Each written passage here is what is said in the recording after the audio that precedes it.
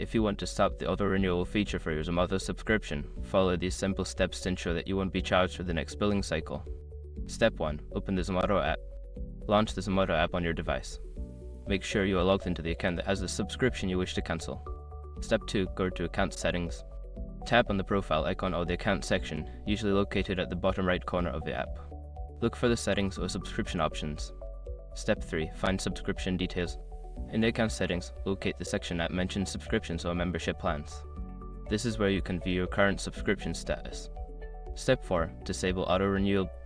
Once you are in the subscription details, look for an option that says auto-renewal or renewal settings. Toggle this option off to stop future charges. Step 5. Confirm changes. After disabling auto-renewal, you may be prompted to confirm your changes. Follow any on-screen instructions to finalize the cancellation of the auto-renewal feature. By following these steps, you can successfully stop the auto-renewal of your Zomato subscription. If you have any further questions or issues, consider reaching out to Zomato's customer support for assistance.